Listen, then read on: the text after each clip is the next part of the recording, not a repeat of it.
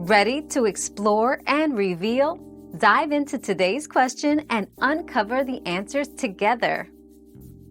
To reduce loud fan noise in old PCs, start by cleaning dust from the fan blades and vents. Dust makes fans work harder and louder.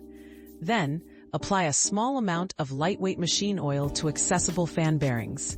Finally, adjust your PC's power settings to lower performance, which slows the fan down. These quick steps can cut noise without costly upgrades.